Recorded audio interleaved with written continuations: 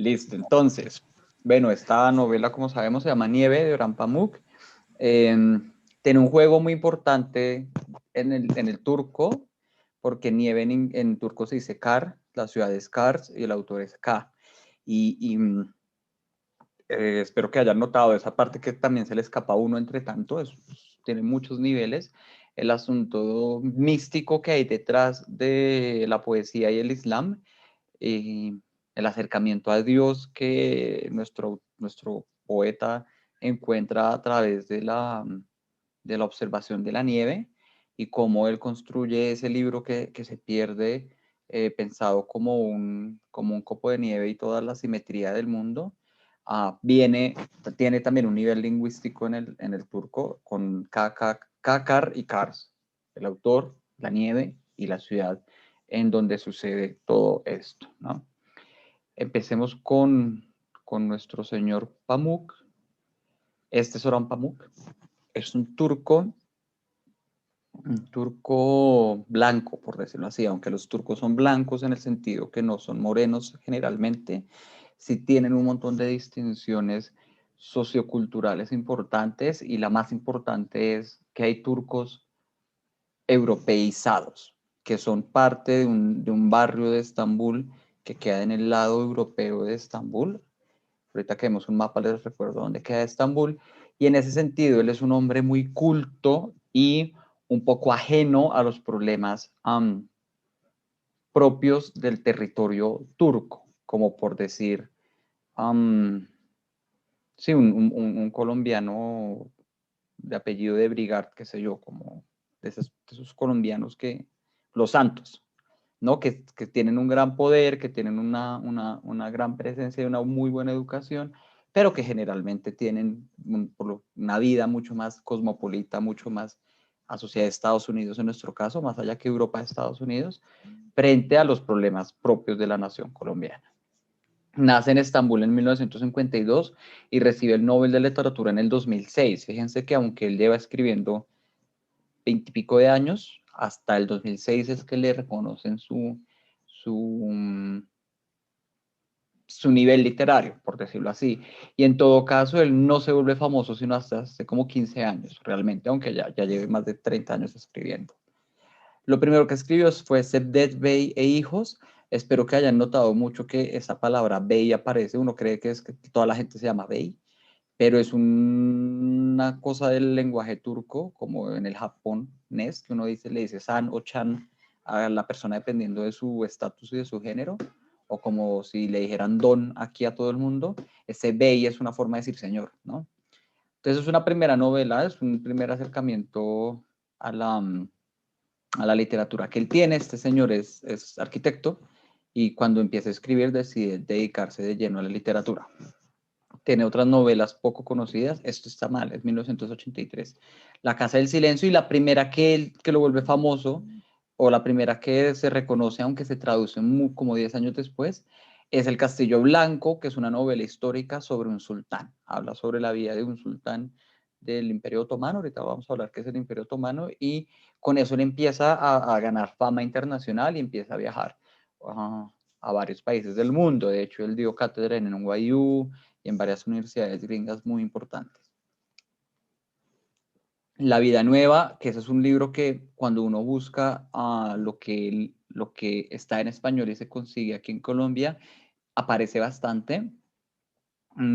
También es uno de los más famosos, pero es supremamente largo, tiene como 700 páginas, entonces por eso no, ni me lo he leído ni lo propuse.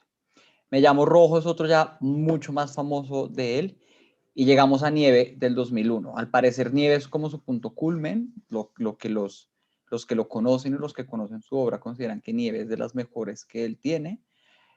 Y después de eso él lanza otra de las más famosas que se llama Estambul, Ciudad y Recuerdos, que es una autobiografía y que permite, al parecer es como de una de las mejores guías turísticas que puede tener Estambul, porque él hace todo un recorrido histórico de la cultura turca a través de su vida en los barrios de Estambul, y hace, pues al parecer, porque no lo he leído, un recorrido bastante importante de la ciudad. Este autor está publicado por Random House, que es como Alfaguara, la misma casa de Alfaguara. Entonces se consiguen algunos de sus libros, sobre todo Estambul, y La vida nueva, El castillo blanco se consigue de segunda veces. Nieve ya se agotó finalmente, yo lo conseguí en México. Y ya después de ahí en adelante, después del Nobel, como que ya no hace mucho. El Museo de la Inocencia, no sé qué tal es, sé que en Turquía abrieron un museo llamado el Museo de la Inocencia basado en esa novela, y es leído que una sensación extraña y que La mujer del pelo rojo no son tan buenos como esas novelas que él había escrito antes, especialmente Nieve, Me llamo Rojo y El castillo blanco.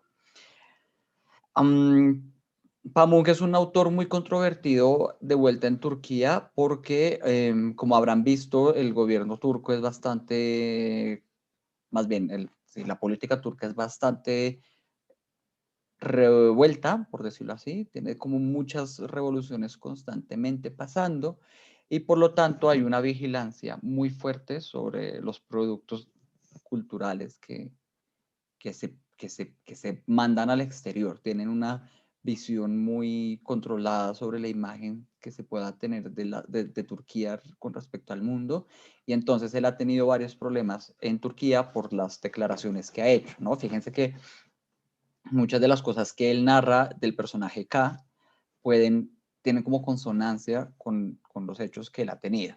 Aunque él nunca ha sido exiliado, sí ha tenido que salir varias veces de Turquía por amenazas a su vida por parte de grupos extremistas musulmanes y por parte también de la inteligencia de Turquía, por hacer afirmaciones aventuradas en medios europeos, como decir que Turquía niega el genocidio armenio, ahorita vamos a hablar de eso, que Turquía niega el genocidio armenio, ¿no? Y eso es un problema histórico y cultural importante porque al día de hoy Turquía no ha aceptado que ellos cometieron todo un asesinato impresionante de armenios, y el que una figura tan popular intelectual como él lo diga se considera pues una suerte de traición. Incluso le abrieron un proceso de traición a la patria que nunca se cerró, eh, que nunca prosperó, porque fue para las mismas épocas en que él recibe el Nobel de Literatura, y seguramente haberlo culpado de,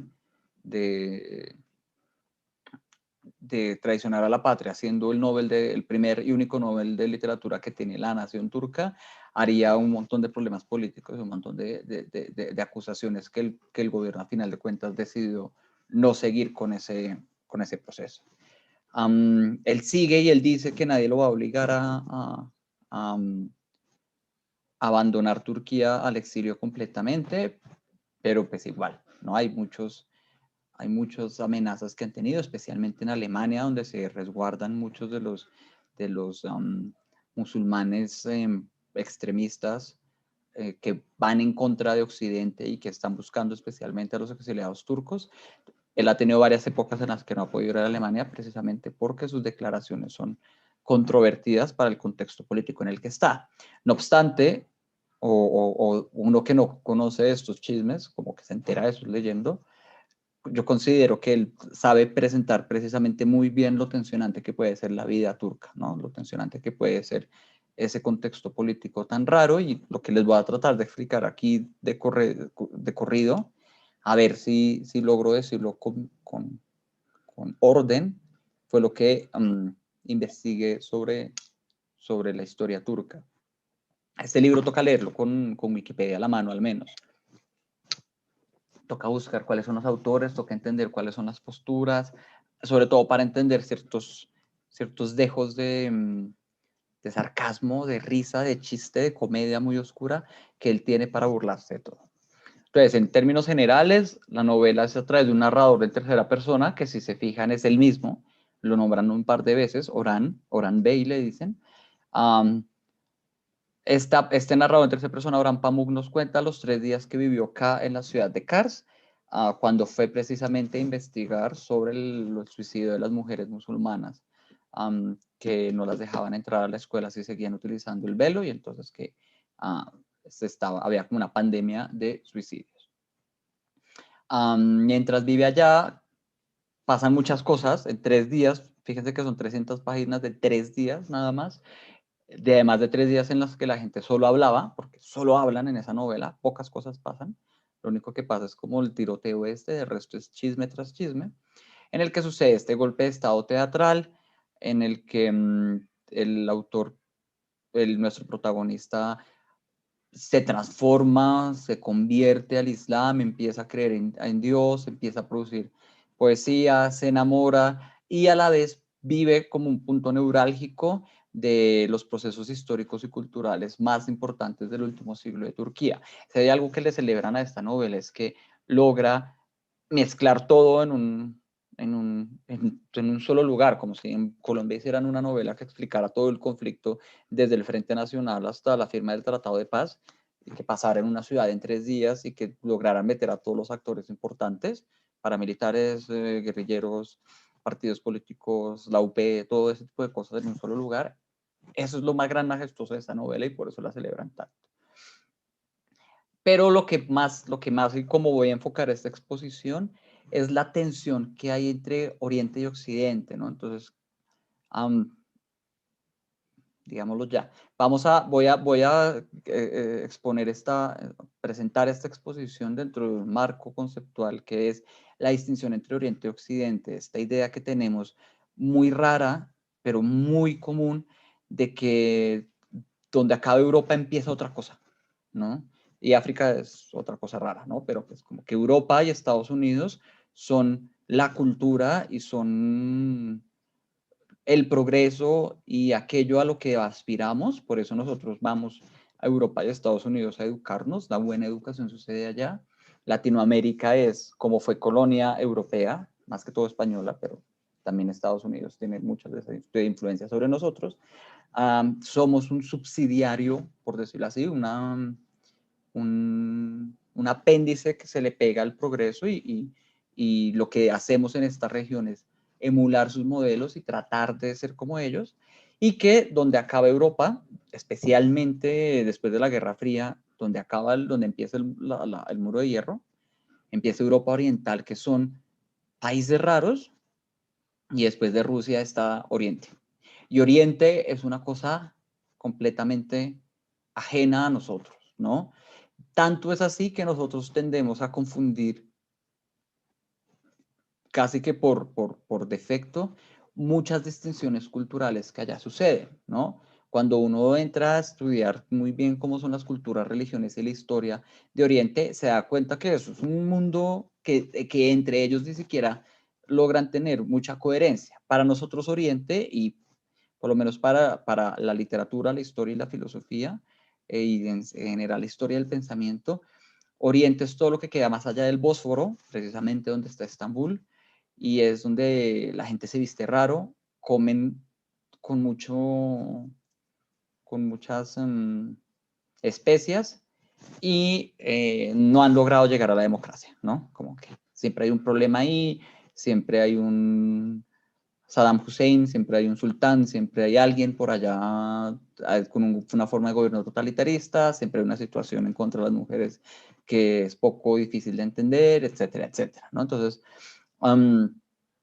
tanto es así que existe un concepto en estudios coloniales y poscoloniales que se llama el orientalismo, ¿no?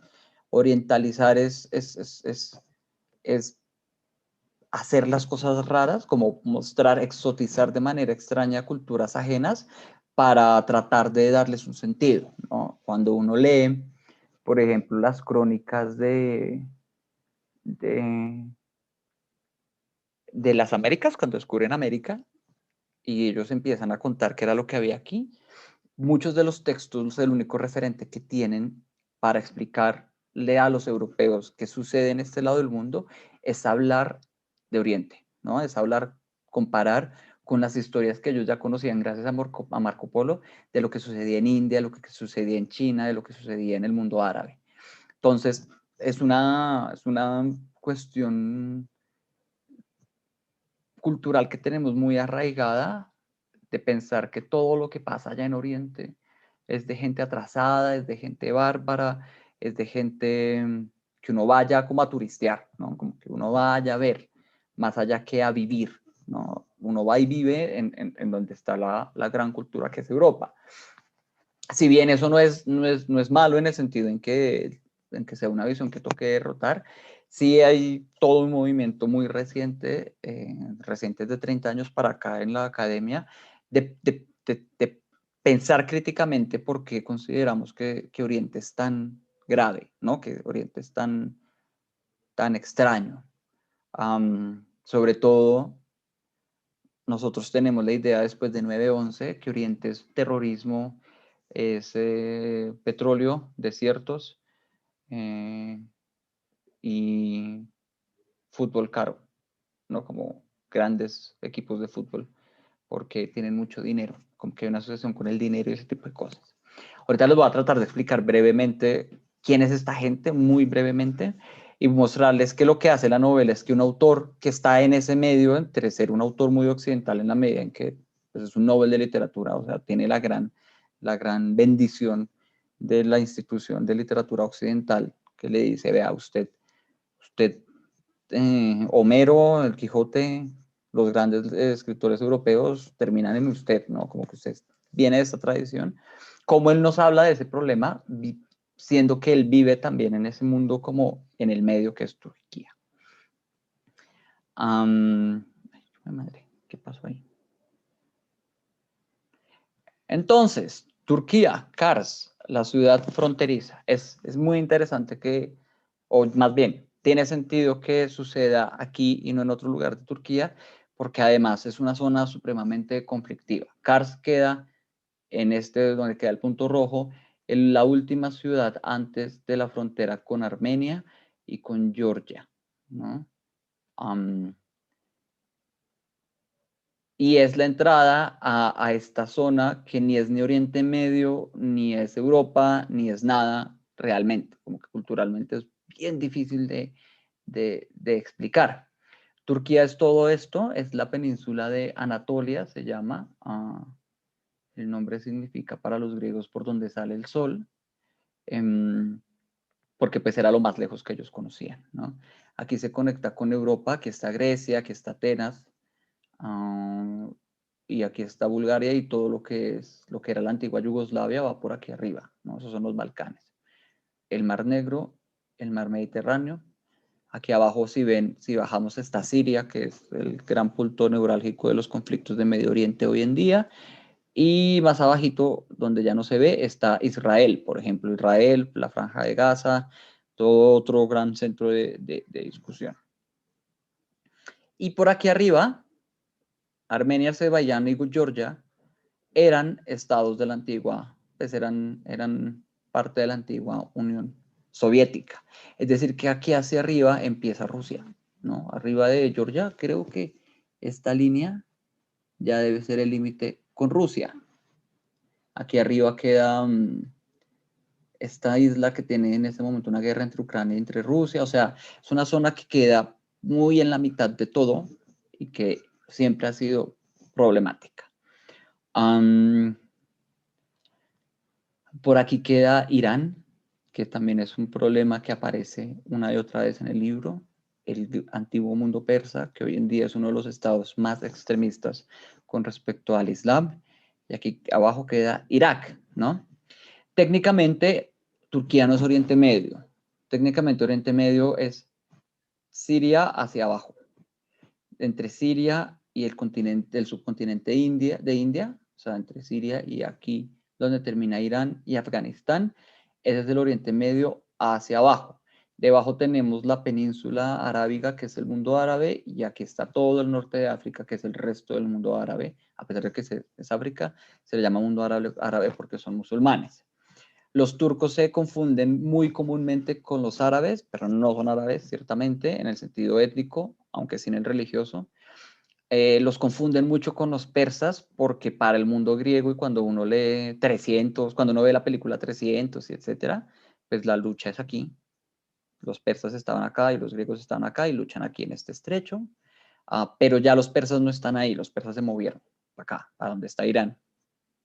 Si uno ve la guerra de Troya, la película de Troya con Brad Pitt, Troya sucede aquí en la costa aquí donde está Esmina. Entonces, si se fijan, Turquía es como el lugar de paso de todo el mundo, es un gran mix cultural, religioso, político, social. Entonces, eso hace que cuando uno no conoce y si uno no se mete a estudiar eso, no le van a enseñar a uno, en los colegios nunca se enseña mucho esto. ciertamente aquí comienza lo raro. De aquí en adelante comienzan terroristas, comienzan religiones que no son católicas, ¿no? O sea, no está el cristianismo ahí, por eso se nos hace culturalmente muy extraño. Comienzan un montón de tradiciones socioculturales ajenas. Y entonces, pues uno en la mente tiende a rellenar esos espacios desconocidos con fantasía, ¿no? Como con aquello que le han contado. Es un gran chisme el mundo turco. Luego, cuando uno estudia esto, yo para esta presentación leí varios artículos de Wikipedia, más que todo, uno descubre un montón de cosas impresionantes que han sucedido ahí. Turquía es un estado complejo porque se supone que Europa termina aquí en Estambul, se supone. Se supone porque a veces los meten a Armenia y a Georgia en Europa, o sea, como si Europa fuera todo encima del Mar Negro, pero a veces no, ¿no? Eso se llama el Cáucaso. Y entonces Turquía, por tener este pedacito en el lado europeo, ya tiene derecho a ser parte de la Unión Europea. Hasta donde yo me acuerdo, era un estado adjunto, o sea, no era parte de la Unión Europea, pero tenía tratos especiales con la Unión Europea y estaba en el proceso de unirse a la Unión Europea, que eso es un gran paso político, ¿no? Porque implicaría que utilicen euros, por ejemplo, implicaría que tuvieran libertad de movimiento hacia Europa por medio de Grecia especialmente. O sea, implicaría que si uno fuera a Italia, llega a Turquía caminando básicamente sin ningún tipo de restricción de movimiento. Y eso es raro porque es como si de repente metiéramos a Siria dentro del mundo europeo, como si de repente metiéramos al mundo oriental dentro del mundo europeo. Su capital política es Ankara. Ellos mencionan muchas veces que desde Ankara mandan o no mandan gente, pero su capital cultural es Estambul, que es esta ciudad que queda justo en el Bósforo. El Bósforo es este río que separa a Europa de Asia. Y esta ciudad antes se llamaba Constantinopla. Ustedes la deben conocer por una basílica muy importante, que se me olvidó su nombre, Santa Sofía. Porque en la época por allá del Imperio Romano, cuando el Imperio Romano se divide en dos, el Imperio Romano de Oriente o el Imperio Bizantino establece su capital acá y por muchos años, por muchos siglos más bien, este era el centro del cristianismo estaba acá, especialmente porque quedaba muy cerca de Israel y entonces era mucho más fácil pensar en reconquistar Tierra Santa a partir de Estambul. No obstante, y digamos que esa es la razón por la cual Constantinopla pasa a llamarse Estambul. En el siglo IX, cuando surge el Islam, que el Islam surge abajo en la península árabe, todo esto empieza a ser islamizado. Es decir, todo este punto que era el centro del cristianismo es expulsado hacia Europa y esta gente se vuelve más que todo musulmana, pero de todas formas es una gran mezcla de todo el mundo. ¿Por qué me sigue mandando a esto? Entonces, las distinciones culturales, ustedes decían, ¿no? Es que hay un montón de problemas y de asuntos socioculturales que es muy difícil de establecer, ¿no? Entonces, como ya les dije, al ser este lugar de transición o este lugar de paso de lo europeo hacia lo oriental, Turquía tiene una historia impresionantemente amplia con un montón de distinciones que vale la pena hacer, ¿no? Primero que todo, cuando hablamos de turco, los turcos son un concepto nuevo, por decirlo así. Son un concepto históricamente nuevo frente al resto de conceptos que hay acá. Turquía como Estado surge en el siglo XIX, en 1923. O sea, van apenas cumplir 100 años de haberse independizado, de haberse pensado como una cultura. Y todo el siglo XIX consistió en pensar qué carajos es ser turco. De hecho, hasta 1930, como dato curioso, los turcos no tenían apellidos. Entonces, fue hasta 1930 que se pensó que si vamos a hacer una patria necesitamos saber qué familias son de esta patria y qué es lo que nos hace turcos, que empezaron a utilizar el apellido. ¿Cómo se hacían para llamarse antes? Un nombre y la ciudad de origen. Entonces, yo sería Álvaro de Bogotá, Rubiela de Bogotá, etcétera, etcétera, ¿no? Entonces ellos empiezan ya luego a meter patronímicos, es decir, a a de alguna manera empezar a nombrar grupos familiares para poder hacer toda una genealogía y poder pensar quiénes son turcos y quiénes no lo son. No obstante, a pesar de que es un concepto nuevo, sí tienen una lengua bastante más antigua, ¿no? Desde el Imperio Otomano, aunque han tenido cambios en el alfabeto, antes ustedes utilizaban otro alfabeto, más recientemente se pasaron al alfabeto latino, pues los turcos son un concepto más bien moderno. Cuando decimos moderno es perteneciente a la visión demócrata del mundo. Es un nombre adquirido por los demócratas. Por el otro lado están los kurdos. Los kurdos sí son un pueblo viejo, por decirlo así, como decir gitanos, ¿no? Aunque los gitanos no tengan estado, aunque no haya ningún país que hable del ser gitano, hay gente en el mundo que está asociada con otra gente en el mundo por algún tipo de ascendencia étnico, cultural y de sangre que implica ser gitano, ¿no? En el caso del mundo oriental, son los kurdos.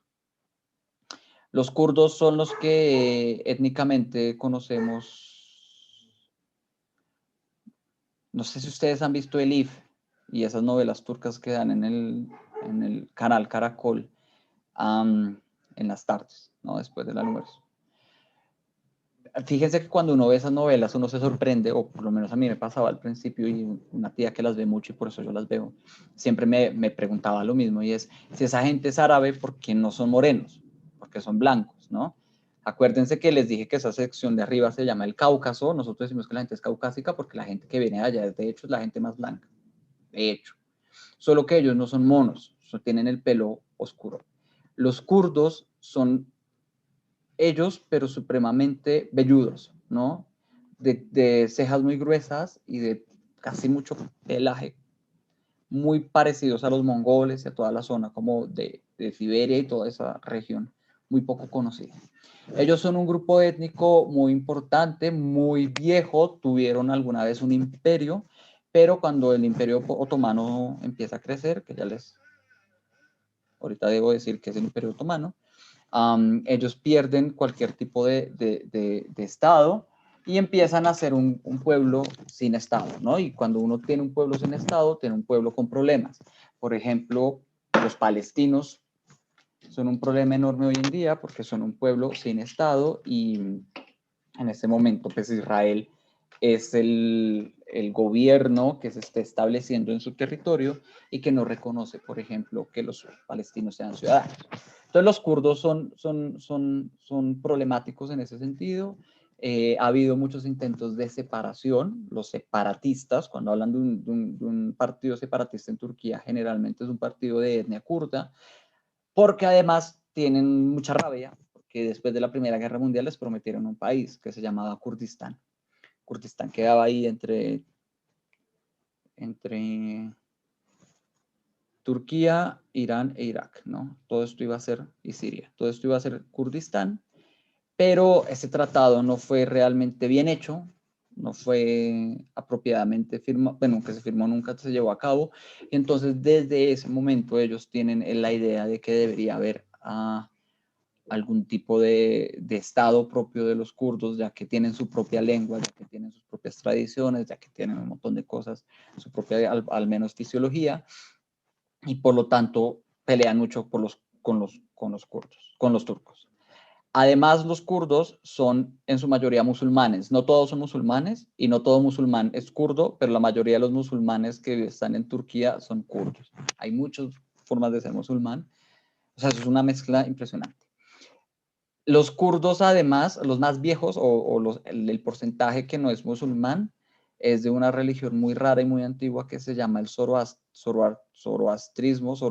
Bueno, cuando Nietzsche habla de Así habló Zaratustra, se refiere a un personaje muy viejo de ese mundo, Zaratustra o Zoroastro, que hace parte de una religión muy poco conocida, que tiene pequeños grupos todavía regados por el mundo y que tiene creencias de dioses, o sea, es politeísta, hay muchos dioses, y todavía tiene como relaciones muy con la naturaleza, ¿no? Entonces hay un dios del sol, hay un dios de la luna, hay un dios de ese tipo de cosas. Entonces los kurdos tienen una conexión con ese lado del mundo, aunque ya la mayoría se transformó, se convirtió al Islam. Y es un problema enorme la cuestión kurda, porque pues, son muchos, no son tan turcos, y el gobierno turco tiene ideas un poco, o tenía más bien, ya ha cambiado bastante, de homogeneizar. Entonces, o se van o se quedan, o se van o se convierten en turcos, ¿no? Los persas por ahí andan. Les decía que cuando uno ve 300 y uno ve a Jerjes y a toda esta gente llena de piercings y morenos, ellos sí son morenos y sí son como nuestra imagen de que tienen como cosas en la cabeza para andar en el desierto y pantalones anchos como los de Goku y cosas por el estilo. Ellos sí estaban por ahí.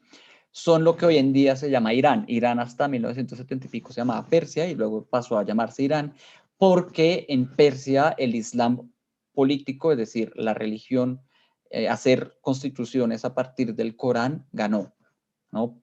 Irán es un problema para Occidente en la medida en que cuestiones como los derechos humanos y la democracia representativa y esas cosas que valoramos mucho aquí como que nos hacen ciudadanos y nos hacen sentir libres y que podemos elegir como nuestro futuro y esas cosas, allá no es tan fácil, ¿no? Allá pues el Corán está ante todo, la religión coincide con el gobierno, entonces lo que la religión considera que es bueno, pues es lo que se considera legal e ilegal, ¿no?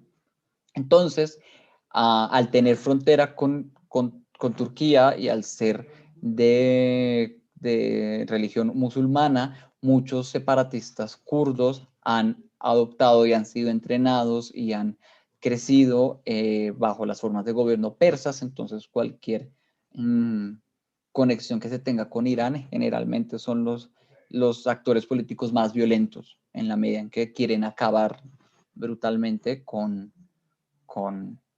Occidente, ¿no? Aunque no es de allá, sino de más abajito que es Irak, pues Osama Bin Laden, por ejemplo, es el resultado de ese tipo de pensamiento político del Islam que tiene en contra, que le tiene mucho odio a Occidente, ¿no? Luego vienen los musulmanes, como ven, pueden ser kurdos o persas, o turcos, o colombianos, o estadounidenses, no importa, la clasificación musulmana no es una clasificación ni de país, como lo es ser colombiano, ni de raza o etnia, como lo es ser kurdo, o lo es ser persa, o lo es ser, aquí en Colombia, ¿qué diríamos? O lo es ser... no, pues que solo tenemos etnias indígenas, de resto somos criollos, ¿no? Ser musulmán es simplemente seguir los preceptos de pues, el Corán, aunque de la misma manera que es como de ser católico, de la misma manera que hay muchas formas de ser católico y muchos niveles, no hay quienes somos católicos culturales, se puede decir, en la medida en que crecimos en un contexto católico, fuimos bautizados, etcétera, pero probablemente no asistimos a los ritos católicos o probablemente no pensamos en los ritos católicos, pues también hay muchos grados de ser musulmán. No obstante, los musulmanes sí tienen la fama o la capacidad, no sé cuál de las dos sea, de ser más apegados a sus tradiciones, ¿no? Por lo menos de ser más apegados o tener tradiciones mucho más cotidianas o que se meten en la cotidianidad. Por ejemplo, rezar 5 veces al día mirando a la Meca. Eso lo hacen la mayoría de musulmanes. O asistir a la mezquita. O, por ejemplo, las mujeres musulmanes cubrirse ciertas partes del rostro o del pelo, dependiendo también de cuál corriente sigan. Tenemos también a los armenios, un gran problema también ahí que aparece en las curvas. Armenia es este estado que aparece aquí. También son culturalmente distintos del resto, o sea, Armenia sí coincide el país con una etnia, ¿no? Están los armenios, tienen su propio lenguaje además, y ellos en algún momento poseyeron o tuvieron esta parte del territorio. Cuando cae el Imperio Otomano y se establece la República Turca que hoy conocemos, en 1920 y pico, empiezan a deportarlos. La historia oficial de Turquía es que empiezan a deportarlos, pero esa deportación fue, les quitaron sus casas y les dijeron que tenían que salirse ya o ya del país, y en ese camino murieron cerca de 600.000 armenios. Muchos de ellos viven exiliados hoy en día, o sea, en Armenia casi no quedaron como los que, tantos como debía haber, en la medida en que muchos turcos, muchos de los que vivían en Turquía, se fueron a otras partes del mundo, especialmente Estados Unidos. Y solo desde Estados Unidos y desde otros lados del mundo, nunca en Turquía y muy difícilmente en Armenia, se habla bastante de ese genocidio. Turquía solo hasta el 2013, el presidente que estaba pidió perdón por las muertes que sucedieron en ese momento. Pero la historia oficial que da Turquía, como el relato es que hubo una guerra civil, que hubo una deportación muy grande. Ellos nunca aceptan que hubo una limpieza social, que básicamente es lo que los historiadores hoy en día aceptan que hubo. Es decir, que veían un turco y lo mataban. Lo veían un armenio y lo mataban. O le decían, llegue rápido a la frontera y en el camino se morían, ¿no?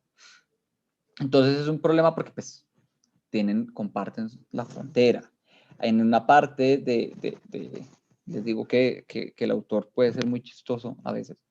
Dice que discutieron con IPEC temas a la primera vez que vieron. Por ejemplo, el museo tal, en el museo del genocidio, en el cual los turistas iban a ver, iban creyendo que iban a aprender sobre la cantidad de armenios muertos y descubrían que era todo lo contrario, que en ese museo se cuenta como si los armenios hubieran matado a muchos turcos.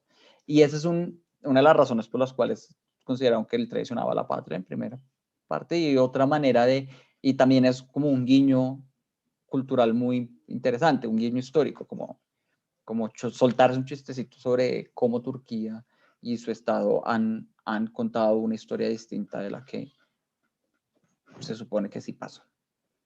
También hay rusos por arriba. Les digo que todo esto era la URSS, la antigua Unión de Repúblicas Soviéticas Socialistas. Esta se llamaba la República Transcaucásica, que no era la rusa, sino la transcaucásica. Obviamente, por haber sido parte de la URSS y por haber sido antes de la URSS parte del zarato ruso, tiene mucha influencia rusa. De hecho, Kars, toda la novela nos recuerdan que tiene como arquitectura rusa a veces, arquitectura armenia a veces, lugares y hoteles grandes donde pasaba el zar y venía, y que hoy en día están en completo abandono, porque cuando el zar, o sea, el emperador ruso estaba por ahí, pues tenía una facilidad de moverse por acá, que hoy en día pues ya no hay casi conexiones. También porque hubo rusos y porque estuvo la URSS, pues Turquía tiene, y este lado fronterizo de Turquía tuvo y tiene todavía bastantes influencias comunistas, ¿no? Como que se pensó en la posibilidad eventualmente de seguir expandiendo, pues era uno de los países que limitaba con la Rusia comunista y que no estaban en el lado europeo, por decirlo así, que no estaban después de Alemania Oriental. Entonces, pues es otro modo de conectarse de la URSS con el resto del mundo sin tener que pensar de pasar por Alemania, ¿no? En el contexto de la Guerra Fría. En ese sentido, Kars es un punto supremamente neurálgico. Y todos los actores de este gran problema sociocultural, histórico y político aparecen durante esos 3 días viviendo ahí. Y la manera en que nos lo presenta además este autor es que son gente más o menos desempleada, ¿no? Todos están en paro, todos están peleando por su cuenta, todos creen que su lucha es su propia lucha, hay unos explotándose, hay unos entrenando un montón de cosas, pero Kars es un pueblo olvidado. Occidente no sabe qué está pasando ahí. Este golpe de Estado nadie se acuerda. Sí, hubo como un golpe de Estado que Ankara nunca se enteró, murieron un montón de personas que nadie hizo nada.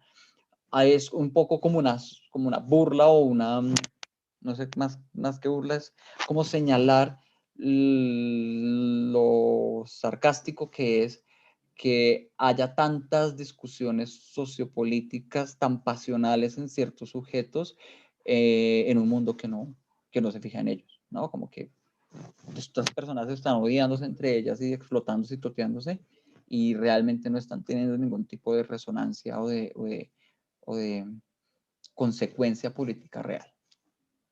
A su vez, fíjense que esto es como lo cultural.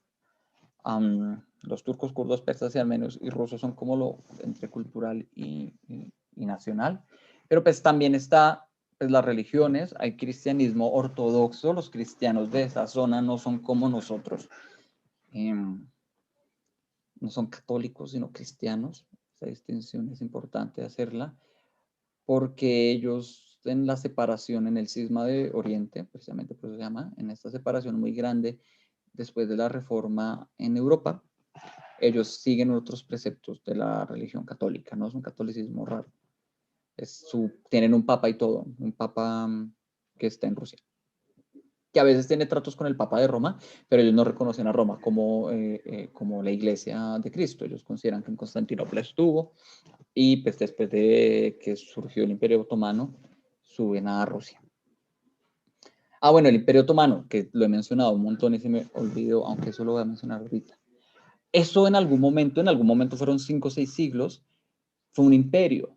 Antes de que estuviéramos con todo este lío, o más bien, antes de que existieran los estados modernos como los conocemos hoy en día, desde los Balcanes, desde Grecia, toda Turquía y lo que es Irán, Irak y esas cosas, hacían parte de un solo imperio, que era el Imperio Otomano. El Imperio Otomano tenía sultán, que suena árabe, pero no es musulmán. Es decir, ellos, por ejemplo, era un imperio que aceptaba la diversidad de religiones, entonces no había persecuciones religiosas, frente a, por ejemplo, el Imperio Romano, que sí, después de transformarse el cristianismo, sí persiguió cualquier tipo de expresión religiosa que no fuera la del Estado. Y cuando el Imperio Otomano funcionó hasta el siglo XIX, hasta 1917. En 1917 el Imperio Otomano se mete en la Primera Guerra Mundial porque el Imperio Otomano tenía partes en los Balcanes, que es donde matan a Francisco Fernando I, que es donde por el que empieza esta Primera Guerra Mundial. Y ese estado, ese imperio cae. Ellos pierden, aunque ellos se alían con Alemania y Alemania tiene la capacidad de perder todas las guerras mundiales, pierden y los ingleses y los franceses se meten. De hecho, muchos de los problemas que tenemos hoy en día en el Medio Oriente son por culpa de esa repartición. Esa repartición de estados que hoy tenemos, Siria, por ejemplo, es el principal ejemplo que hay. Nunca correspondió a los límites socioculturales ni étnicos propios de la región. Es como si de repente a Colombia la separaran y nos dijeran, no sé, Bogotá y Antioquia van a ser un solo estado, sin reconocer, por ejemplo, que entre Bogotá y Antioquia, entre la cultura cundiboyacense y la cultura antioqueña, hay diferencias suficientemente importantes como para que si nos mezclaran en un solo estado distinto de otros, fuéramos bastante problemáticos, ¿no? Allá es mucho más excesivo las distinciones étnico-religiosas y culturales. Y lo que hicieron los franceses y los ingleses fue dividirse a pedazos Oriente Medio, romper familias, separar etnias y establecer límites, casi como dividiendo una finca conforme a sus intereses más bien económicos, sobre todo extractivos del petróleo. Entonces, el Imperio Otomano pues cae ahí y lo dividen. Por ejemplo, el único pedazo que quedó sin dividir fue Israel, y que no es hasta 1947 que pues, Jerusalén, que deciden crear un estado ahí sin importar, por ejemplo, que había gente viviendo que no tenía estado y que ese es el problema palestino hoy en día. Todos esos países sufrieron. El único que más o menos hizo algo fue Turquía, precisamente, ¿no? Turquía tiene un señor, ahorita lo vemos, veámoslo ya, que se llama Atatürk. Es este. Se llama Kemal Atatürk. Les decía que los turcos no tenían apellido, entonces por eso este señor se llama así, porque cuando empezaron a hacer una patria, abrieron registraduría y tenían que ponerle un apellido a este señor, pues lo llamaron Papa de Turquía, ¿no? Literal significa Atatürk, Papa de Turquía. Este señor, el Imperio Otomano se cae en 1917 y los franceses y los ingleses se meten ahí, y este señor lidera un ejército de liberación, como es el Bolívar de ellos, y funda, pues, se libera de los ingleses y de los franceses, y funda la moderna República de Turquía. Y decide a establecer él y su equipo de gobierno, establecer un Estado a la europea. Es decir, con democracia, con equilibrio de poderes, con todas las cosas que tenemos hoy que a nosotros se nos hacen supremamente naturales. Por allá no son tan naturales, en el sentido en que fueron una imposición rara, una imposición europea que se hizo a través de esto. Y una de las consecuencias más importantes, que es el nudo de toda la novela, se estableció que Turquía era un Estado laico. Un Estado laico en el cual se separaban religión y gobierno. Acuérdense que les digo que antes eso era un imperio que permitía la diversidad religiosa, incluso en el gobierno de sus regiones. Es decir, volviendo al caso de nosotros, si los paisas quisieran tener un Estado católico, ellos podían tenerlo, mientras nosotros no, y no importaba, hacían parte del mismo imperio. Aquí sí se empezó una persecución a todo tipo de expresión religiosa. El caso de ellos, la más común, era el musulmán, y se destruyeron todas, pues no sé si se destruyeron, pero se acabaron todas las instituciones relacionadas con el Islam, y se trató de que este fuera un gobierno casi que el Alemania de esta zona, ¿no? Bastante occidental. Y eso, digamos que fue bueno para Turquía en la medida en que les permitió un desarrollo cultural y económico muy importante. Por eso es que Turquía se consideraba antes, o todavía se sigue considerando, como parte de Europa, en la medida en que tiene todas las condiciones para tener una economía fuerte. Eso es un gobierno democrático, no es como que el gobierno pueda meterse de manera fácil en el mercado y en las empresas, ¿no? Es liberal en ese sentido. Hay posibilidad de acumular capital, hay posibilidad de cosas. No obstante, por la influencia rusa, fue un estado que al principio era más bien socialista, o sea, tenía empresas estatales, tenía un montón de beneficios para sus ciudadanos, digamos, salud y ese tipo de cosas, como servicios públicos. Eso le permitió tener muy buenas universidades y tales. Pero eso iba a ser un problema, ¿no? Y fue un problema y todavía es un problema. Porque, y fíjense que ellos narran mucho, en mi infancia o en la época en que estábamos en la universidad y había golpes de Estado, pues Turquía ha tenido 4 o 5 golpes de Estado en los últimos 100 años. El primero fue en 1960, el más fuerte del que menciona en la novela fue en el 71, y desde el 86 en adelante se empezó a desbaratar este proyecto supremamente laico europeo, y se empezó a integrar a los partidos musulmanes al gobierno, ¿no? Entonces, una de las noticias más recientes con respecto a este asunto es que la que les dije, la Basílica de Santa Sofía, que por muchos años, por muchos siglos, fue el centro y el lugar de culto para los cristianos ortodoxos de Oriente, hoy en día es una mezquita. Desde hace como 3, 4 años es una mezquita. Ya los musulmanes no solo entraron al gobierno, sino que dado que son una mayoría religiosa, se están volviendo una mayoría política bastante importante, y todo este proyecto nacional del Estado laico occidental europeo se ha ido perdiendo poquito a poquito. Entonces ya las mujeres empiezan a cubrirse de nuevo, ya empieza a haber estas disputas por si una mujer musulmana está obligada o no a descubrirse en un lugar del gobierno como es la universidad.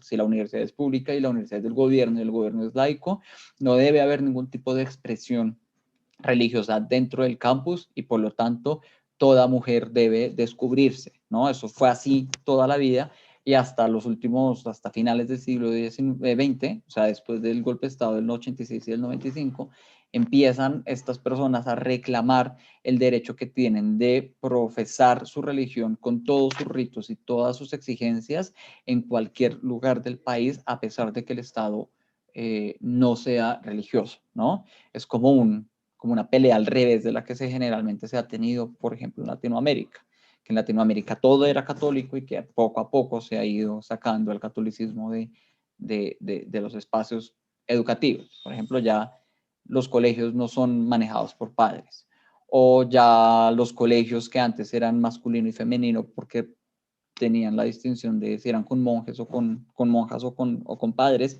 ya aceptan estudiantes mixtos. Ya no se puede hablar de religión en las aulas, ya la misa no es obligatoria para nosotros, ya ese montón de cosas supremamente laicas que de hecho empiezan con la Constitución del 91, o sea que apenas llevamos 30 años con ellas aquí en Colombia. Allá está al revés en el sentido en que antes no existían y la pelea que ellos tienen hoy en día es que se los dejen tener, ¿no? Que si son musulmanes, entonces la universidad no tenga clases a la hora que se reza 5 veces al día, ese día a esa hora no debe haber clase. Estos son el tipo de peleas que hoy en día están teniendo y que son las que están detrás de la novela. Entonces ahora sí, volvamos a la novela, este es el panorama político en el cual se encuentran. Seguramente Turquía no es tan inestable como se muestra en esta novela, ¿no? No es como que la gente se totee así y cometan actos terroristas cada 3 días. Por eso es importante que suceda en Kars, que es esa ciudad aislada. Es un pueblo olvidado por Dios, en el cual todavía muchos de estos problemas que seguramente ya se superaron, que seguramente ya han encontrado una resolución política y cultural, o que pues ya las elecciones ganó el partido integrista, que es el partido musulmán. Y ya ellos han permitido hacer cosas. En todavía están peleando mucho porque están aislados, como que ellos no saben cómo funcionan las cosas en el mundo y en Ankara. Por eso también todas las posiciones que ellos muestran también son como súper extremas, como los occidentales nos odian un montón, los occidentales son todos ateos, los occidentales nos creen a todos estúpidos, los occidentales solo piensan en sexo y en prostituir a las mujeres. También esa visión supremamente extrema que choca bastante es porque es una ciudad bastante aislada, miserable y además olvidada, ¿no? No obstante, no, más bien, no obstante, no. Por eso todos los actores que aparecen como los representantes de cada uno de los movimientos son tan extremos, como tan caricaturescamente extremos, ¿no? La obra que presentan en la que sucede el asesinato, esta masacre, que sucede una masacre, es una obra muy famosa del ataturquismo, ¿no? Es esta mujer musulmana, que la mayoría son musulmanes, conoce el proyecto nacional, conoce el progreso, entiende que en la libertad está la posibilidad de crecer, ¿no? En trabajar, en tener una familia propia, en poseer tierras, etcétera, o sea, el sueño americano. Y entonces en esa obra ella se descubre el charzaf es como una bata con capota para ellas, o sea, es un velo grande, es un velo que no se delimita a la cabeza, no es un solo pañuelo, sino es toda una vestimenta. Se desprende el charzaf y lo quema en público, ¿no? Entonces es una obra muy famosa de los 40, que se utilizaba para mostrarle a la gente dentro de las ciudades cómo iba a ser el gobierno, pues a través de una representación que fuera llamativa para ellas, en vez de decirles, oigan, bueno, el gobierno ahora va a funcionar así, así va a, pues mostrarles cuáles son los ideales y valores que el gobierno está persiguiendo. Y entonces es importante porque pues, es una obra vieja, ¿no? Ya nadie la ve, ya nadie piensa en ese problema. No obstante, aquí este señor de esta obra de teatro, de la compañía de teatro, ve que están en ese contexto supremamente políticamente álgido y decide establecer el ataturquismo hacer un golpe de Estado en favor de la República Turca, que ya es vieja.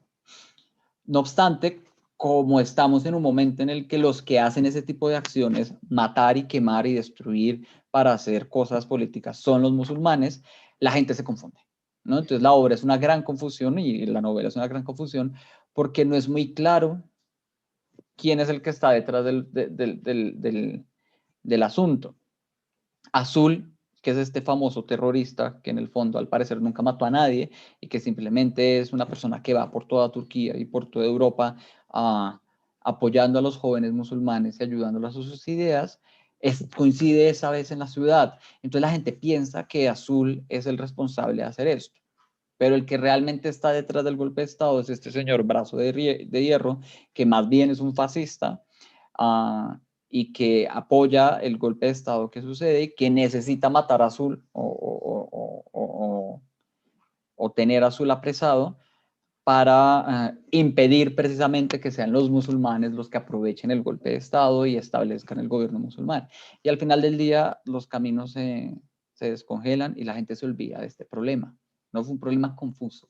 Yo creo que la confusión no solo viene del desconocimiento que tenemos de la historia y de las cuestiones políticas, sino también es intencionalmente puesta en escena de este modo, porque lo que nos está diciendo en el fondo es toda esta gente está desquiciada por sus creencias políticas, muy pocos saben muy bien a dónde van y al final del día, lo dice varias veces, pues el ciudadano de a pie solo quiere que le den derechos básicos, no le importa si es musulmán, ataturquista o fascista, lo importante es que le den trabajo y lo importante es que tenga cómo alimentar a su familia y qué ver en la televisión, ¿no? Entonces es una crítica, creo yo, fuerte hacia las pasiones políticas del siglo XX, que fueron las que definieron la historia de las guerras mundiales, hacia la idea de gobierno occidental y europea en un mundo que no es ni occidental ni europeo, en un mundo donde la gente cree bastante en Dios todavía,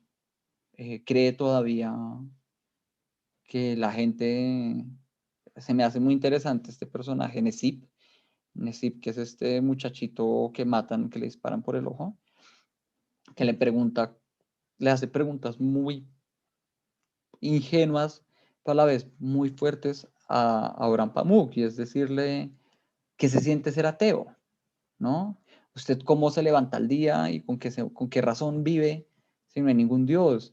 ¿Piensa en el suicidio todos los días? ¿O su vida es miserable?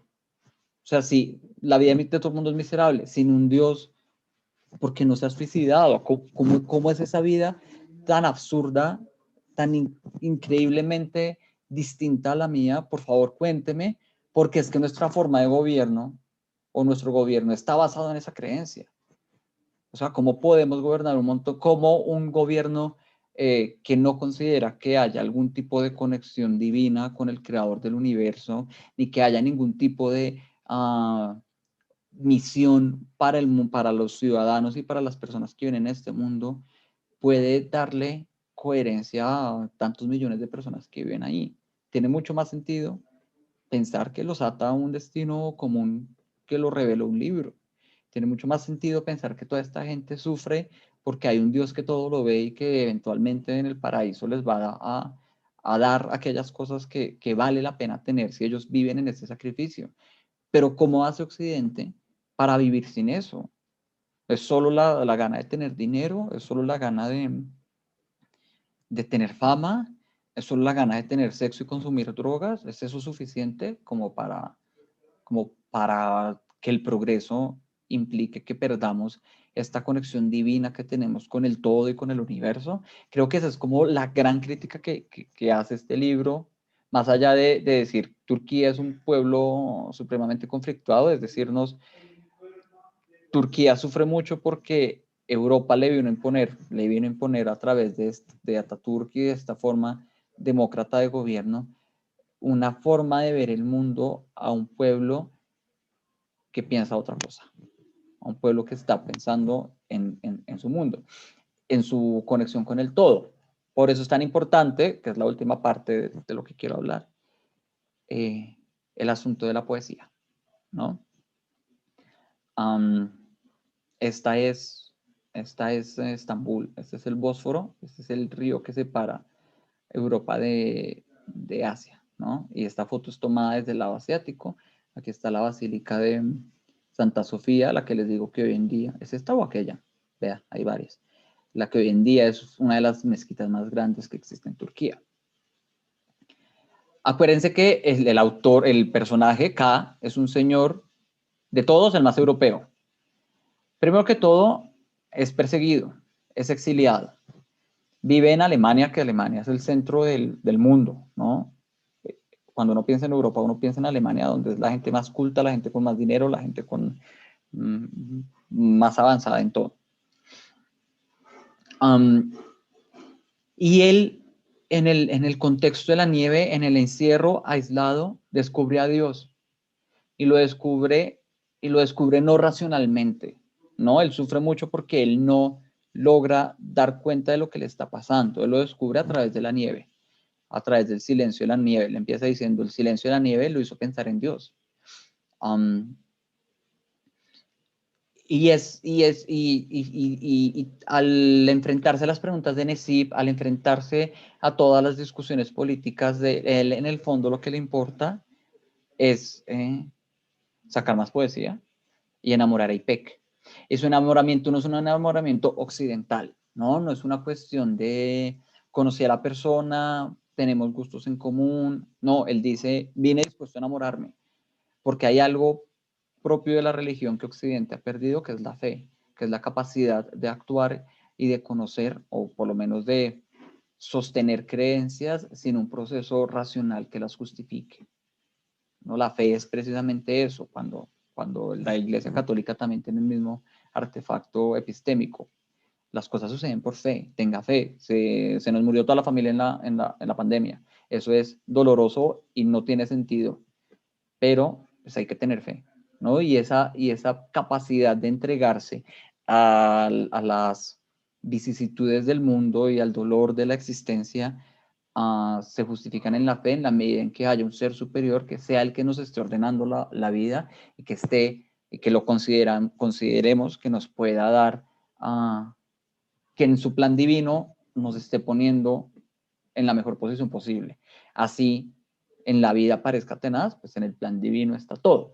Y el plan divino que él descifra es ese plan a través de la poesía, ¿no? Es a través de ver cómo, de la misma manera que los copos de nieve tienen una geometría específica que es propia y que es individual de cada copo de nieve, que cada mismo piense que él es como un copo de nieve y que esa geometría se la dio Dios, ¿no? Que es que él y los demás personajes de la historia y del mundo son como los copos de nieve, cuya belleza no se puede explicar, sino que simplemente es única y que se debe a un ser superior y que es él el enviado a través de la poesía para expresarlas, ¿no? Y esa transformación interna, que es la más intensa, de hecho, como que es la que atraviesa más, uno puede ver todos estos problemas, pero a final de cuentas no saben cómo se resuelve, pues uno puede deducir que nada pasó o que pues Necip se murió y ya no importa y cosas por el estilo, como que las tragedias tan grandes de estas muertes y de estos problemas políticos quedan olvidadas. Uno lo que persigue es esa transformación y obsesión que tiene K por sus poemas, que es tan importante y tan fuerte y que él expresa tanto sus cartas a Orán, que vale la pena venir por parte de Orán a hacer toda esta exploración y a reconstruir paso por paso la vida de K con el fin de ver si encuentra el libro y puede leer esos poemas como si fueran ese acceso directo que tuvo K hacia la existencia y hacia el conocimiento del mundo y del universo y de lo divino, ¿no? También creo que maneja y que no nombré antes o que nombré muy tangencialmente y que son chéveres de pensar en esta discusión, pues son los múltiples niveles que tiene el Islam. Nosotros de nuevo nos imaginamos que el Islam es personas explotándose en Occidente, ¿no? Como terroristas extremistas. Pero pues vemos que pues, extremistas seguramente hay, pero hay mucho en el medio. Hay gente realmente que cree en eso. Y yo no sé si sean fanáticos, sino que creen tanto como mi abuela cree en el hermano Gregorio, ¿no? Que le pone todo todo el peso y todo el de su fe al hermano Gregorio, y ella considera que si algo le pasa a algún familiar, ella tiene que hacerle una misa al hermano Gregorio para que le haga una operación espiritual, ¿no? Entonces, que esa capacidad que tienen los seres humanos de encontrarse con lo divino existe todavía mucho y en muchos niveles en el pueblo, en los pueblos orientales, especialmente en el pueblo musulmán. El asunto de la mujer, como lo señaló Rubiela, está bien impresionante, ¿no? Tenemos a las dos hermanas que son los dos contrarios, Cadife e Ipek. Ipek es divorciada, supremamente sensual, supremamente independiente, y tiene una hermana que es también sensual, pero a la vez terca y musulmana como ella sola, a tal punto que ella es la que nos logra dar cuenta de por qué las mujeres se suicidan, como que a la vez también muy, muy feminista en el sentido en que está pensando ante todo eso en las mujeres, y finalmente termina casándose con Fasil, que es este otro joven del Instituto de Imanes y Predicadores, que es pues, la imagen viva del hombre musulmán extremo. Está todo el asunto que ya mencionamos de la política del extremismo, lo que les decía, que parece que todos son supremamente exagerados por un proyecto político que ni saben cuáles son sus consecuencias, y que un poco la actitud decae hacia el escepticismo de todo esto. En Occidente creo que somos muy escépticos hacia todo, hacia, aquí lo decimos mucho, ¿para qué votar por eso si todos son lo mismo? ¿No? Aquí perdimos, y Occidente en general ha perdido esa misma pasión que hemos perdido hacia la religión, también hemos perdido hacia la política.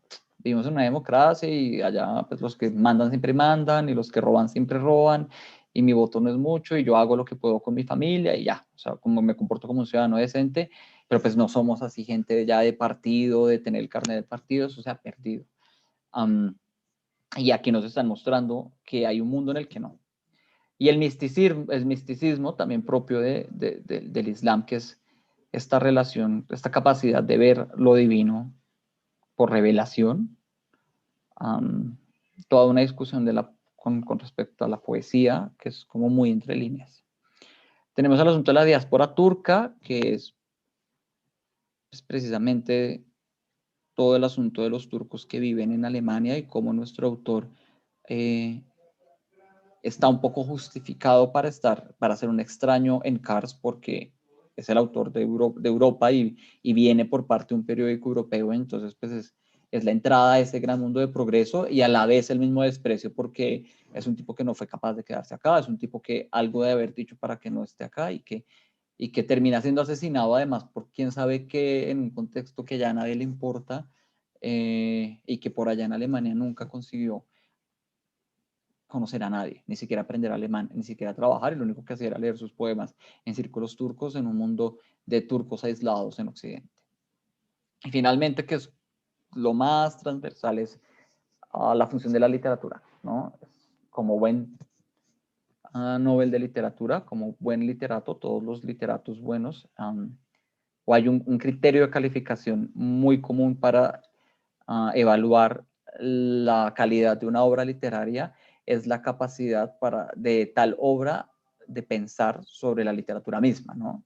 El Don Quijote de la Mancha es la primera novela moderna del mundo porque es la primera novela que parodia la literatura, por lo menos hacia Europa, ¿no? Entonces dice, el Don Quijote de la Mancha ha leído muchas novelas de caballeros y entonces decide salir a tener esas mismas aventuras, y en el camino descubre que la literatura es una cosa de gente loca, que la literatura nunca habla del mundo. Entonces, al hacer esa reflexión sobre la literatura es que se vuelve un objeto cultural tan valioso para la historia. Esto lo tiene este autor. Primero que todo, a partir de que sea Orhan Pamuk el que esté hablando, y que lo que estemos buscando no es la verdad detrás de las muertes o la verdad detrás del golpe de Estado, sino es el libro de literatura, habla de qué es lo que nos anima mucho. Y todo el asunto del teatro, todo este asunto de cómo el teatro es una gran maquinaria para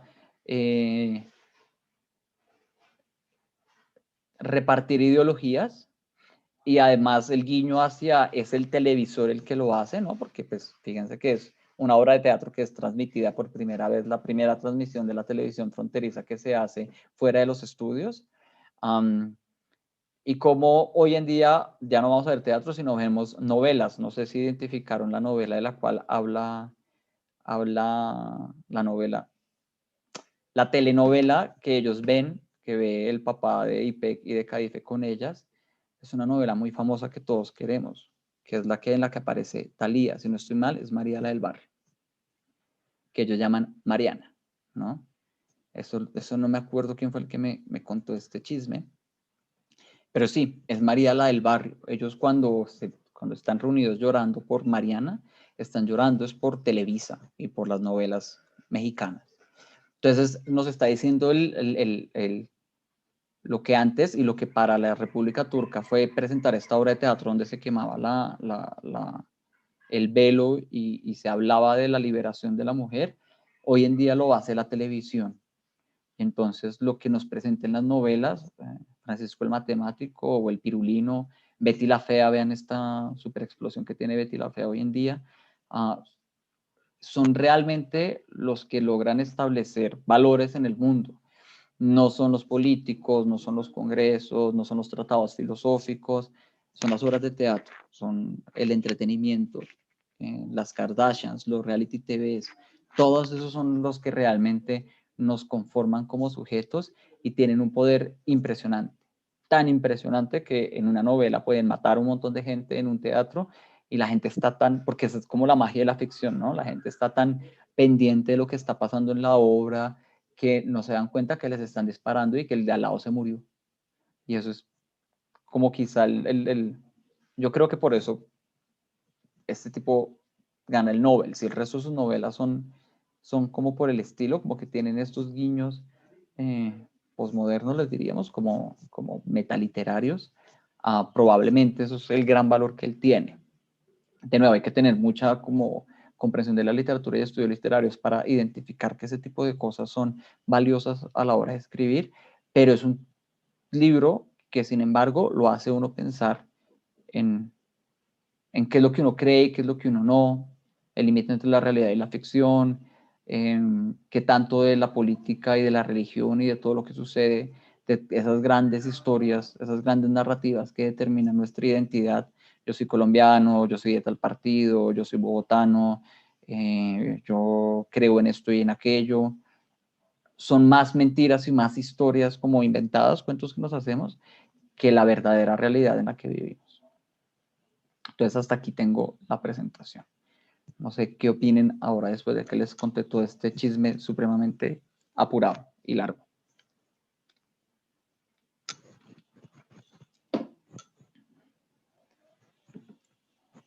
Bueno, yo quiero decir que algo que es un poco frustrante dentro de este libro es que jamás podemos leer ni un solo verso de los poemas de Kafka. Venimos, desde el primer momento le hablan a uno como de 10 tipos de poemas, cada uno como de 40 estrofas, y ni un solo verso, o sea, es que no vemos nada de ese poema, toda es imaginación, y ni siquiera el propio autor en su búsqueda puede ver ni un solo poema. Y se imagina y toda la descripción. Entonces eso lo deja uno como, ni un solo versito ahí como pues, como del epílogo, pues, de último pedazo. La transcripción del video fue tal. Esa es una parte que a uno le gustaría y que queda inconclusa dentro de la obra, pienso yo. Pero yo lo veo, yo siempre lo he pensado, más bien esa es la segunda vez que leo esa novela y también quería ver si me encontraba un verso, ¿no? Porque cuando terminé la primera yo dije, ¿será que yo simplemente me lo salté? Pero yo lo explico y yo lo veo como un poco ese misticismo. Voy a hacer una comparación que es incorrecta en el sentido que no es históricamente adecuada, pero es como la cábala, ¿no? La cábala, que es esta tradición hebrea que consiste en saber cómo es que se llama de verdad Dios, porque en la Torá Dios aparece nombrado como con 40 nombres distintos, ¿no? Aparece como Dios, como Shalom y un montón de palabras hebreas. y que es toda una tradición que lleva 20 y pico o más de siglos de personas especializadas en leer la Torá de arriba, de para abajo, en una edición, en otra edición, para ver si al lograr decir el nombre de Dios suceden cosas. ¿No? Hay todo un mito de que si uno es capaz de encontrar el nombre de Dios, le puede dar vida a lo que no tiene vida, ¿no? Y siento que es alguna relación así súper, súper, súper misteriosa de nombrar lo innombrable, de darle vueltas a aquello divino, no sé, a la experiencia propia de la religión y de la canción de Chayanne, de una experiencia religiosa, ¿no? Como ese momento así de encuentro con el todo. Si esos poemas reflejan eso, no los podemos tener, ¿no? Es como, o sea, es el secreto precisamente que tenemos que vivir todos supuestamente o algo por el estilo. Es muy común en las tradiciones mistéricas, se llama, ¿no? Como que hay un misterio que hay que reconocer y que por medio de ritos y cosas uno lo encuentra y que uno no lo puede decir, porque al decirlo se pierde eso. Entonces yo lo pienso así, pero sí es decepcionante, uno quisiera ver qué fue lo que pasó en esos poemas tan chéveres.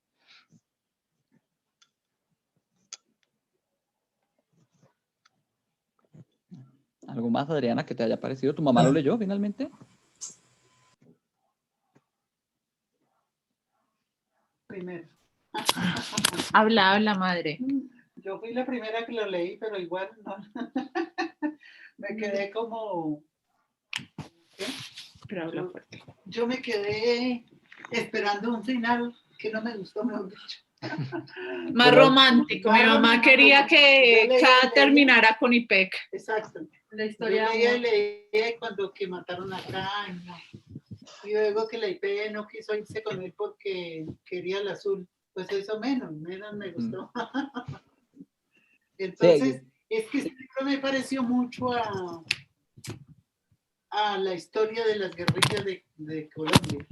¿Por qué? Exactamente, donde las mujeres se enamoran muchas veces ni siquiera es porque se las llevan, sino porque la mujer se enamora de un guerrillero por las armas, no sé, por eso. Entonces me pareció mucho más a ese conflicto, ¿no?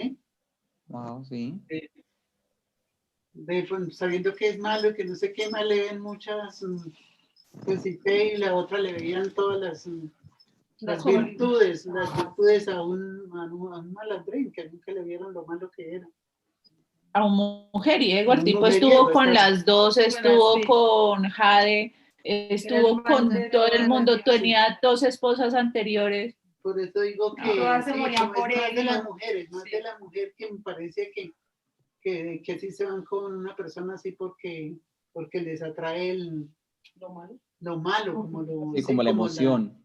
La emoción, sí. Esto generar gamín. Sí, eso de educar gamín, yo no sé por qué a las viejas nos gusta tanto. Sí, total. Sí, como una... Ay, no. Sí.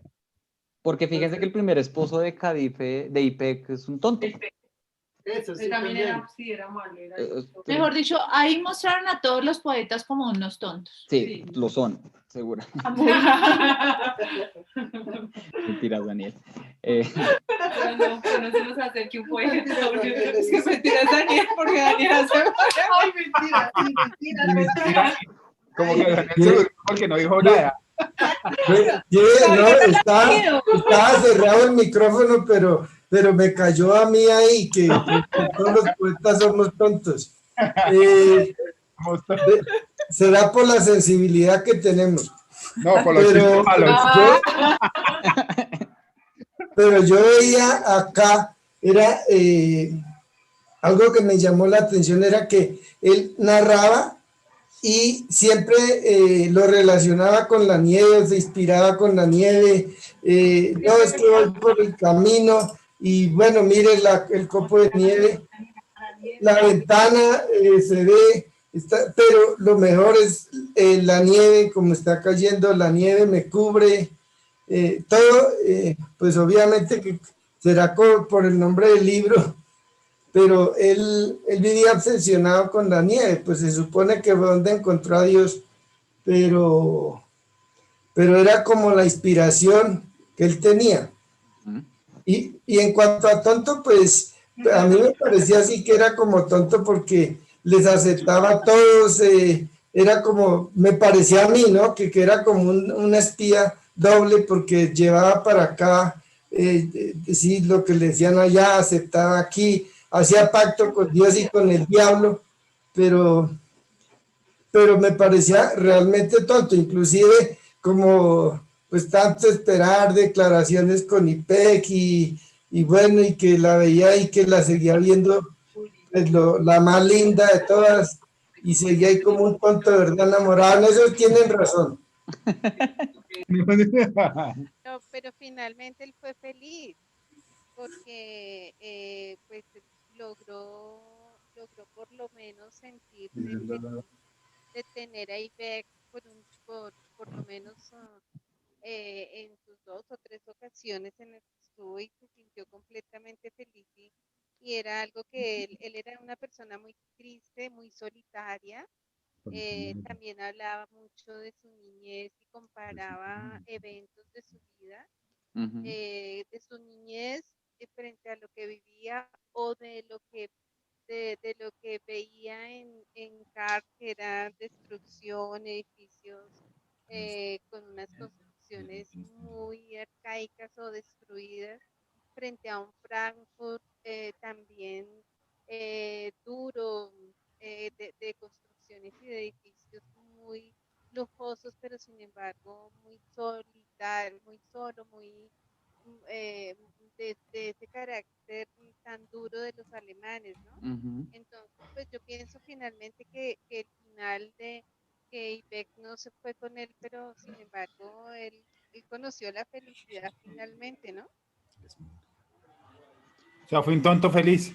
Él es demasiado, ¿cómo se dice eso? Cuando uno se jode a sí mismo. Em, auto, Destructivo. ay, no se me olvida la palabra. Pero él no podía estar un minuto feliz porque ya estaba autosaboteándose. Sí, él ya estaba pensando en que como no, y entonces que si él no se merecía esa felicidad. A mí eso se me hace Le un tenía poco, miedo a la felicidad, sí. sí, es un poco molesto, goce al menos, sí, como que viva el momento. Esa cosa de esa obsesión con IPEC, además, que es un poco, sí, paternalista, condescendiente, como que él nunca le para bolas a lo que ella le dice. Sí, como que nunca es capaz de leer lo que ella le está diciendo y él comete el error de soplar dónde está Azul y no se da cuenta que eso era lo único que lo podía alejar de IPEC, porque IPEC estaba ya dispuesta a irse, ya había empacado, ya le había dicho a todo el mundo, ya se había armado planes, ya le había dicho que lo amaba y el tipo como muy Bobo. bobo, sí, como muy saboteador, como muy está en medio de un montón de problemas y él solo está pensando en si es suficiente o no es suficiente, como un niño. Se me hace un poco infantil ese personaje. Creo que es mi menos favorito.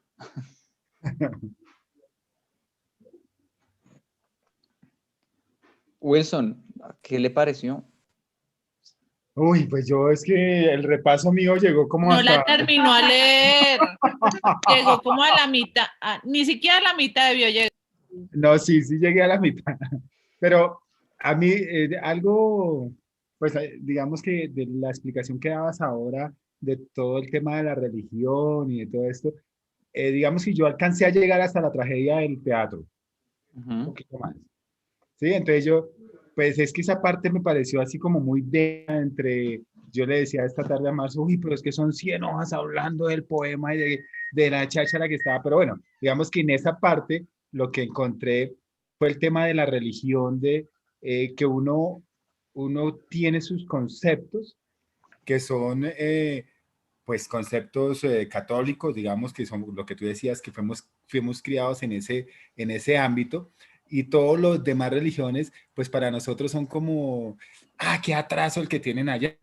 Y en esa partecita, AMEC, creo que es que se llama, para mí AMEC fue la IPEC. primera que, IPEC, bueno, la que hacía parte de la familia o de las tres que decidió quitarse el velo Ujú. por la que se eso, y que fue que en la comida la primera que dijo que las mujeres se suicidaban por orgullo, porque era la única parte que realmente les pertenecía, en la cual ellas sentían que eran ellas, en la parte de decidir si se suicidaban o no.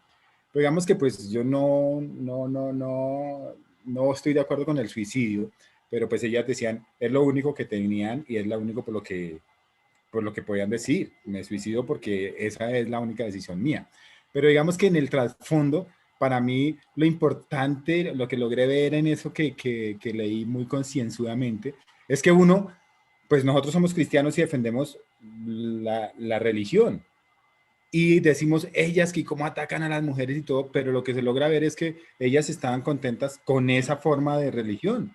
Ellas o bien fueron muy criadas ahí y todo, pero ellas querían tener su religión y querían, eran conscientes de que eso era lo que les gustaba. Ellas querían tener su velo y querían proteger ahí. Para nosotros puede ser absurdo, como para ellos puede ser absurdo que nosotros seamos cristianos y que de pronto ateos y no creamos en eso, pero ellas estaban totalmente convencidas de que su religión era lo máximo y que eso estaba así. Digamos que lo que más claro logré ver, aparte de la bobada del poeta ahí, pero para mí eso fue muy importante. Digamos que eso uno siempre critica y no, cómo las tratan de mal, pero uno nunca se pone digamos, en los zapatos de ellas a saber si ellas fueron creadas así y además les gusta. Sí, es como si nos dijeran de repente que, no sé, que comulgar está mal, no sé. Es que nosotros no tenemos prácticas tan extremistas. Tan radicales. O las hemos ido perdiendo, en todo caso, ¿no? Ajá. Y eso es la otra parte, que pues se habla del Islam o del musulmán como terroristas, y entonces en el libro pues uno lo que realmente logra ver, que lo decías tú también, es que no, pues es que Occidente no cree y son todos ateos, y lo hace sentir a uno en un momento eso, que si no cree en el Islam, entonces uno realmente no cree en Dios. Ellos son tan radicales en ese sentido, en que todo va hacia Dios, y que si no está del Islam, pues no, sencillamente usted es otro no creyente. Eso es lo importante. Pero sí leí y además lo voy a terminar. Ojalá. Siempre nos hace la misma promesa. Los termino. Pero mire, respecto del fanatismo, porque yo considero que llega al punto de fanático la religión, es que lo que Will dice, que no se sabe si las mujeres son felices así, lo que pasa es que no les han permitido ver otra cosa. Si vemos históricamente, hace 20 años, por decir, no podían ir a los estadios, no podían manejar, tenían que ponerse el velo, y estuvieran o no felices así, pues era una forma que desde pequeñitas las enseñaban, y tenían que seguir así, y unido obviamente a la creencia religiosa, que yo tampoco estoy de acuerdo, porque uno de los grandes atrasos que ha tenido la mujer es precisamente eso.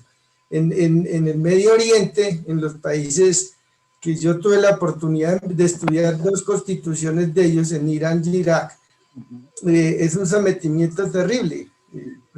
Un hombre puede tener hasta 10 mujeres, la mujer no puede ir porque si se retira del hogar sin permiso del esposo, va y simplemente le dice al juez, repudio a esta mujer, y ya quedó divorciado. O sea, es un desequilibrio cultural y de sometimiento a la mujer que es supremamente muy duro, y todo como ceñido a la religión, que si se sale de ahí, eso es malo y tendrá que ser castigada y sometida. Esa parte es la que yo no estoy de acuerdo, obviamente, porque la mujer ha sido maltratada y vilipendiada, no solo hace 20 años, sino desde siglos, precisamente por ese ceñimiento religioso, y que llega al oscurantismo para la mujer. Sí, eso es un tema difícil. Las feministas... Dime. Qué pena, yo hasta ahora entro, se me pasó, estaba por allá ocupada, y cuando veo, Dios mío, las 6. Yo solo quiero hacer un aporte de lo de los suicidios. Yo Ajá. entendí al final del libro que los suicidios los organizaba Azul y la hermana de Tipe, Cadife. sí, ellos eran los que lavaban el cerebro y sabían qué chica se tenía que suicidar. Así yo lo entendí al final del libro. Por eso era que Azul no quería que él fuera a investigar sobre los suicidios a esa ciudad. Mi madre. Pues así y así lo dan a entender. Ella se lo da a entender acá al final de que ella habla sobre que los suicidios que ellas mandaban, les lavaban el cerebro a las mujeres para saber cuál era la siguiente que tenía que suicidarse. Sí, Porque sí. todas las que se suicidaban eran musulmanas. Entonces, si el musulmán no está de acuerdo con el suicidio, ¿por qué se ponen bombas y explotan media humanidad? Porque hay tipos de suicidios, ¿no? Cuando el suicidio se hace por respeto a Dios, es un premio, ¿no? Es una nueva, sí, es la mejor forma de morir. Pero eso es una cosa solo reservada para los hombres. El asunto con las mujeres es que ahí se unen precisamente lo que están hablando Daniel y Wilson, y es a estas mujeres no se les permite pensar fuera de ese esquema tan cerrado que es la institución religiosa y el Corán específicamente, ¿no? Y todos esos libros religiosos solo lavan cerebros. Y entonces, a falta, diríamos, desde Occidente, como a falta de un pensamiento crítico, a falta de saber que ellas son autónomas y dueñas de su vida, son muy fáciles de manipular, y en ese sentido yo creo que la manipulación que hay detrás es decirles, mira, estás en una coyuntura, en una tensión tan tenaz entre tu religión, tu familia, la política y lo que quieres hacer, que la única solución es el suicidio si lo vendes, si lo piensas como un acto de orgullo, como un acto de apropiación de ti misma, que a la vez debe implicar un poco de ateísmo, ¿no? Como un poco en el fondo, al final, pues solo quedas tú, solo queda cada uno individualmente consigo mismo, y no importa qué hay afuera, ¿no? Como que todos son discursos ajenos, y el acto más legítimamente propio que uno puede hacer es decidir cómo acabar su propia vida, que es lo único que uno realmente tiene en este mundo. Pero es un asunto difícil de entender, ¿no? Es como, ¿qué pasa con esos suicidios? ¿Cuál es el objetivo con que se maten, en todo caso, para Azul y para Cadife? O para la otra con la que estaba Azul, ¿Con IPEC? No, la otra con la que lo encuentran, con la que lo matan. La que está decidida a quitarse. Nano. ¿Ade? Esa. Es que sus nombres son Handel, Hadeli. Ade. Esa es la primera que digo yo. Todas estaban enumeradas. Mira que Azul da a entender que si se dan a conocer lo de los suicidios, a mí me pareció, yo lo medio lo entendí. Si ese señor publicaba lo de los suicidios y indagaban más, iban a saber que eran ellos. ¿Y por qué lo querían hacer? Él decía muy claramente, para exigir y lavar el cerebro a todo el mundo de que el velo, de que el trapito en la cabeza se tenía que utilizar. O sea, era como una suerte de manipulación política. Sí, Azul manipulaba a todo el mundo. Wow. Pues así es. Para mí yo lo entendía, era un manipulador, era un mago de la manipulación, tanto que fue amante de las hermanas. Ve, le voy a echar una revisada porque puede tener sentido. A mí, para mí el asunto de las suicidas se me pierde, como que le resto porque importancia. finalmente él le exigió a Aka que no podía escribir nada de los suicidios, y él da a entender después es que si se llega a hablar de los suicidios, de pronto se va a descubrir que ellos fueron los que manipulaban a estas mujeres para que se quitaran la vida en protesta por el delito. Cierto, tienes razón. No lo había pensado así.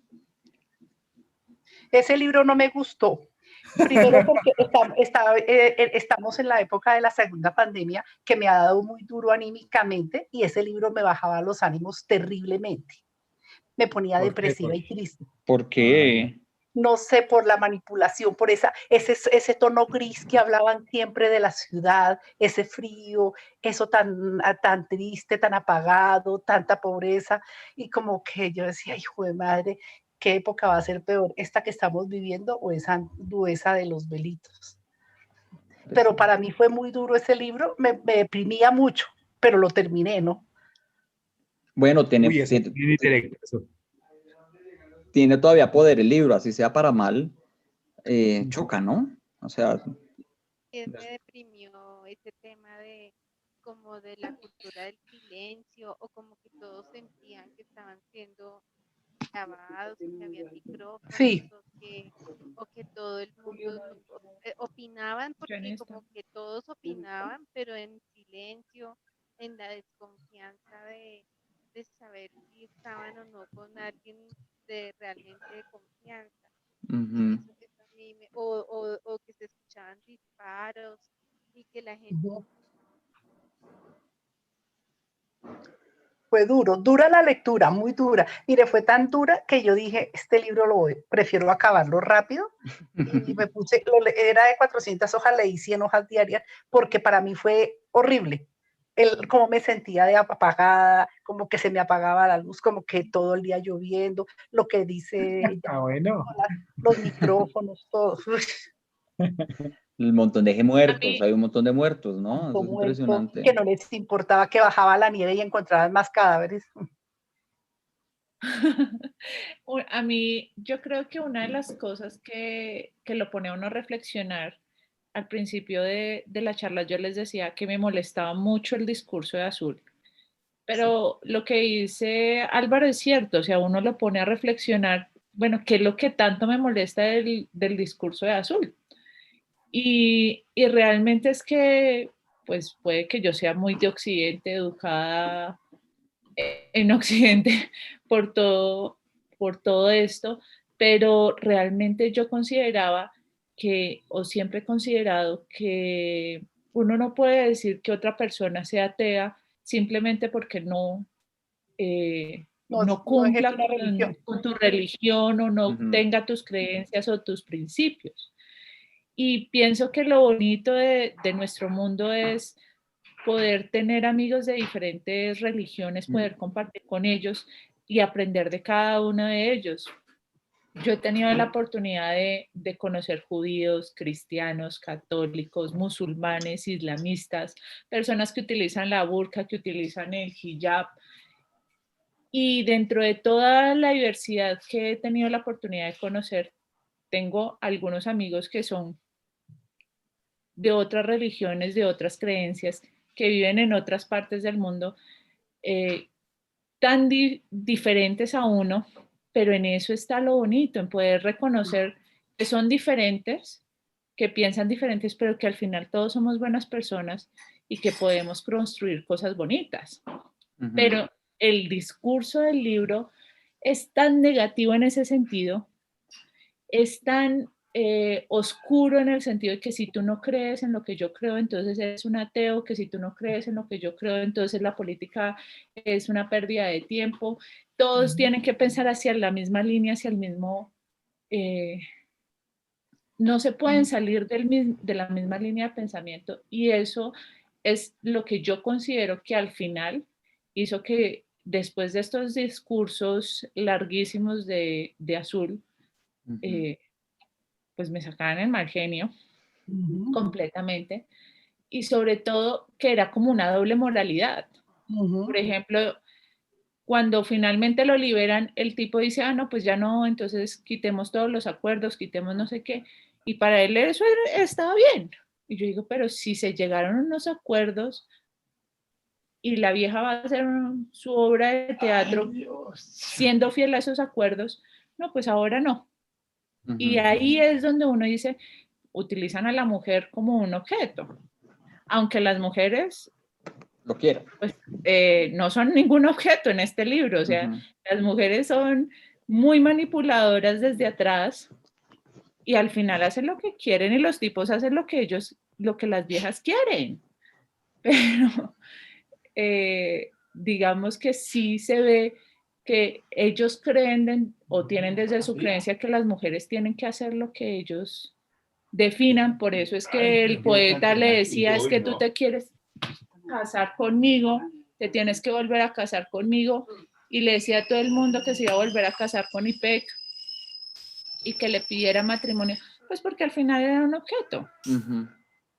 Entonces, creo que esa es mi última reflexión de este libro. Gracias.